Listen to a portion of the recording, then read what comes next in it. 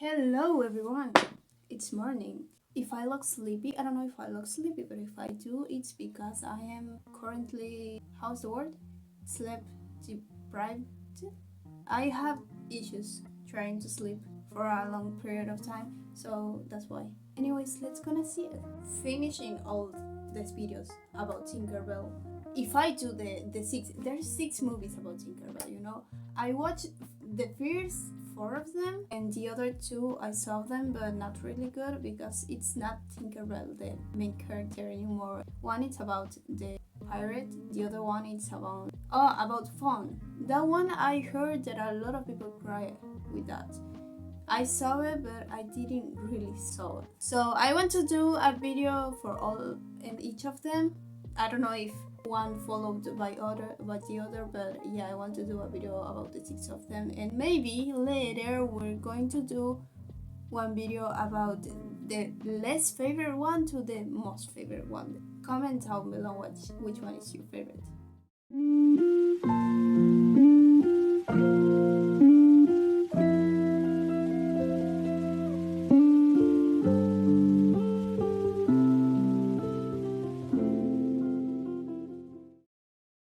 The story begins with a voicing off explaining the world that we'll soon meet, how the first time that a baby laughs, a fairy life takes flight.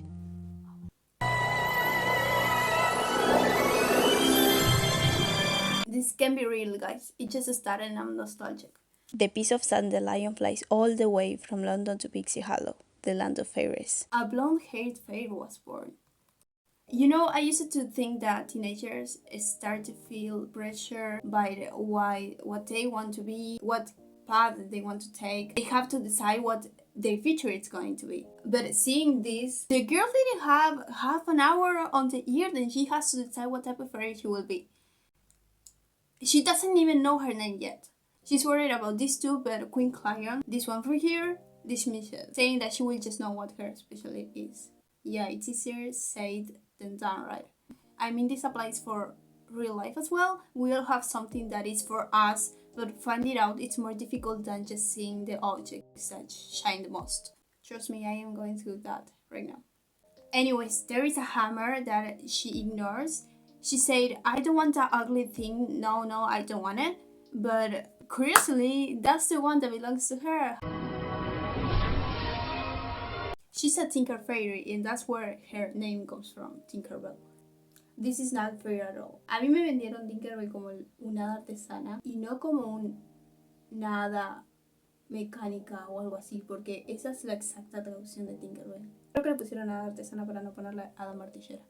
She briefly met Carl and Bubble, who are Tinker Fairies as well. I like so much the way the characters aren't dismissed, but at the same time they aren't too many time in the screen. They're just the necessary time in the screen, not too much, not too little. That's amazing.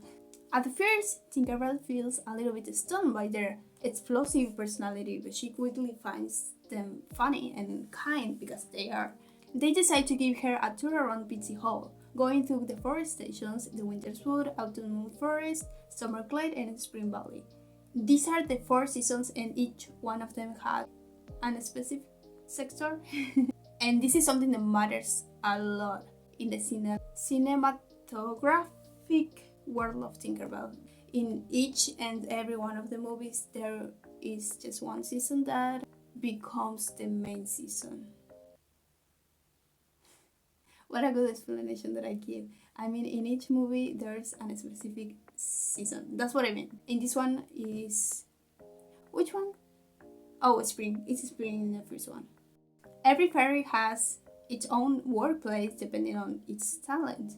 And Tink is amazed by all of them. She fell in love with nature. She really fell in love with nature, and that's not something to dismiss. And that's why she's a little bit disappointed when she finds out she doesn't work in any of those sectors that she liked, because she lives in other place down there.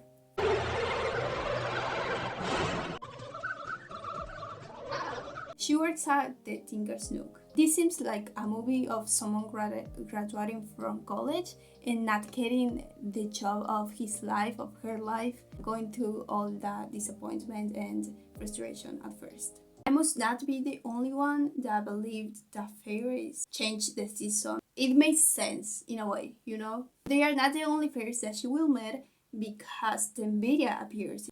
Vidya is a fat-fly fairy, but she's not as nice as the others.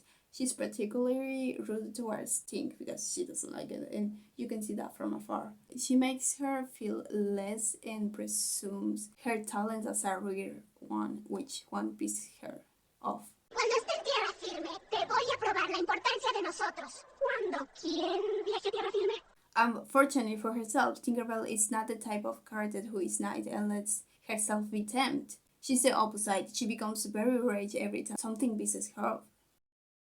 And that's how she promised Vidya to show her what a Tinker's fairy is able to do. Mine is a rare talent. They to bring the spring to the mainland is closed, and Queen Claire makes a review to check that all the preparatives are going right.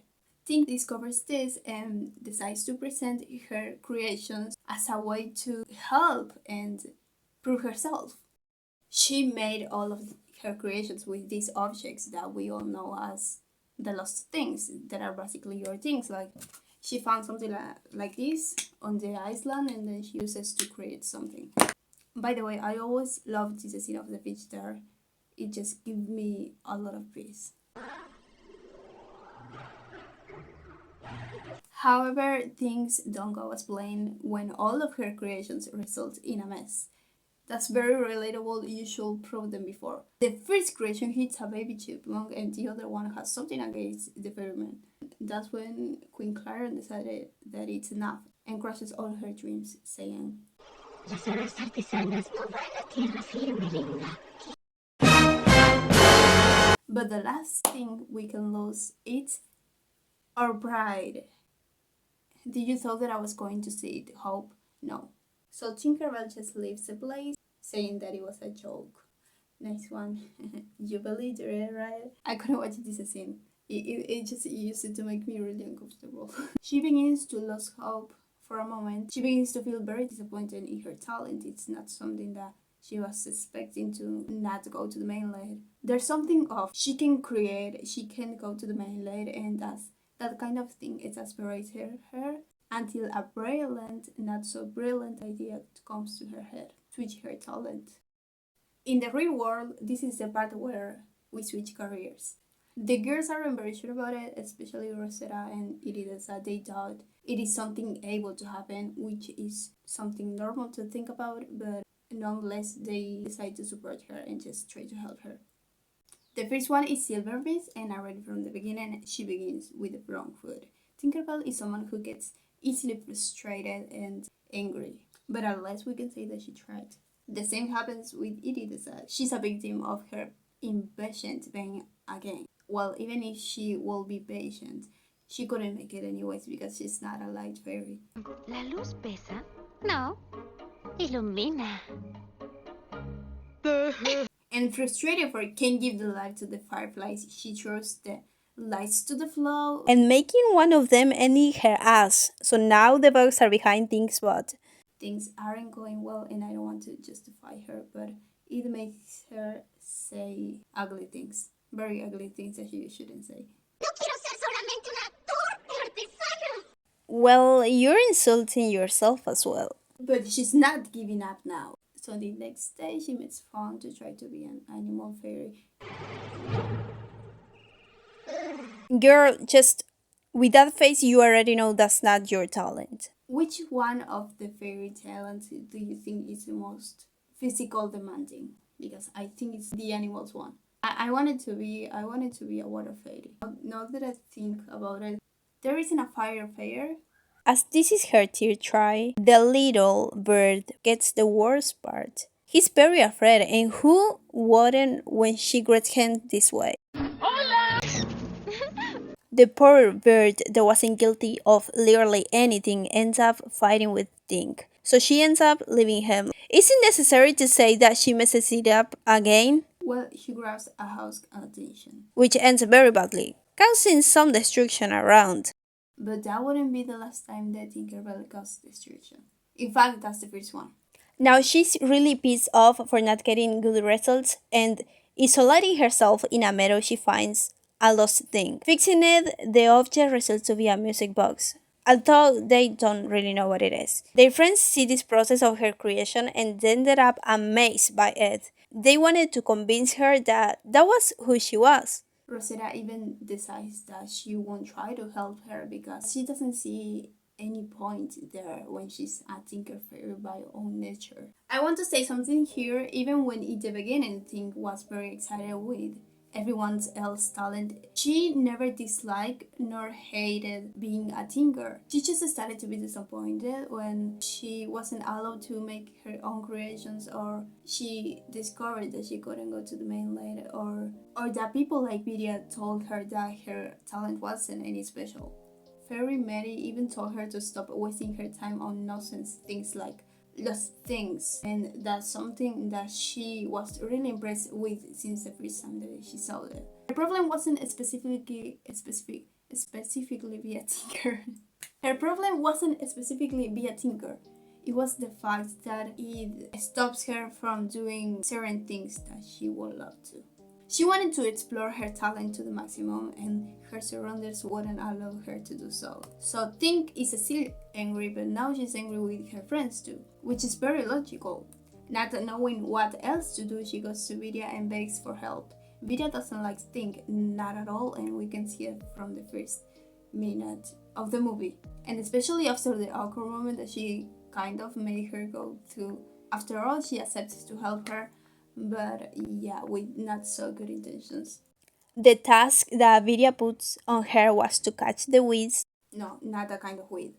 And surprisingly, this was the only task that she was almost getting. But seeing this, Vidya sets free a lot more of them. Let's just remember she doesn't have a good intention. And this ends up in the biggest mess when a lot of these weeds escape from the stable. Hear me out, almost all the preparatives For the trip to bring the spring were destroyed.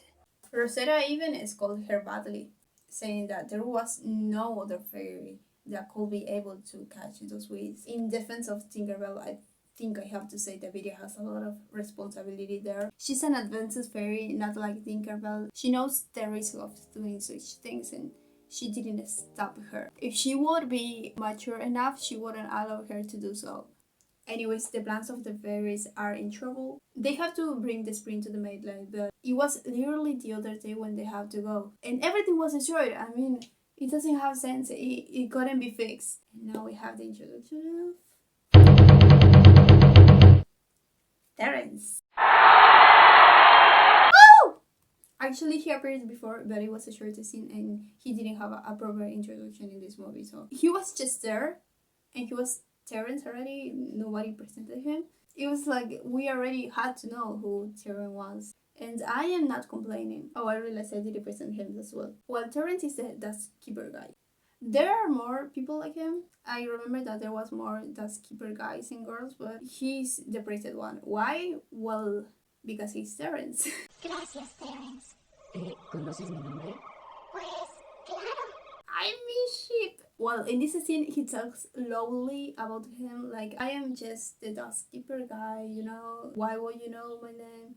And that makes Tinker start to praise him about literally everything that he does, which is just keep the dust. But anyways, obviously he's a genius and he just made this to make her realize about something. What is funny is the fact that he just said, I am just the dust keeper guy. He's just said 2 words and she come to a conclusion by herself, but it was because of him. He deserves something, I don't know, he deserves. The queen announces that there is no hope and this year nobody will go to the mainland. This is weird, because what are you telling me that just for that mistake, now they can't bring the spring to the land? What are the people going to do? That's how prepared you are?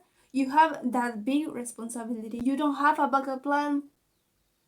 Pero alto ahí, vaquero, because Tinkerbell appears once again with a lot of new creations, and this time, fortunately, it works for him. The queen is like this bitch, but she doesn't have anything else to lose, so she just let her be. Also, one of the instruments works so well, so there were not many things that could go wrong. Guess what happened? To the time of the sunrise, with the help of every fairy, they finished everything. what they've been preparing for months, or well, weeks, they finished in one night, which is, it doesn't sound realistic for me, but yeah. Tinkerbell created some good machines where they spend half of the time they used before, but it is still doubtful for me. Or Tinkerbell is a fucking genius and she deserves, I don't know, be the new queen. At least she did something, meanwhile the queen just disappeared and appeared once everything was done. That's not very queenful of you. As a recompense, Tink escaped with attending to the main lady. Under the circumstances of having to give the music box back. That was the last thing you could do, even when she created the whole mess. I think the fault is more on Video than on Tink. Y me imagino que hay una niñita en algún lugar que perdió esto. Tink and Terence met down the pixie dust tree. Again, did I say that music makes me cry? Because it makes me cry and it's very beautiful and I love it. It's very beautiful. In the end, Tinkerbell looks for the person who could be the owner of the dancer of the music box. And that's when a certain window grabs her attention. Ladies and gentlemen, Wendy Darling. Seguramente nada muy especial. Podría cerca estar. Tinkerbell and her cinematographic world can be compared to the Barbie ones in my case. I used to watch the two of them when I was a kid and both of them form part of my being, of the person who I am. I think the difference between them were the first one, Barbie had a lot of more of movies while Tinkerbell just had 6 and they were just coming out at the time. And second, I think that the feeling with Barbie was obsession, meanwhile with Tinkerbell it was fascination. The feeling watching each of them were different. With Barbie, it was to be in this ideal world where you can dream of anything and be whoever you want to be. I used to get inspired and hyped by Barbie. Meanwhile with Tinkerbell, everything was more magical and beautiful made. The kind of movie that wants to make you appreciate the things around you and that makes you dream of magical moments. I think this first movie does a really great job showing who Tinkerbell is. Shut up, fucking dog. That's not even my dog. He's barking. Stop it.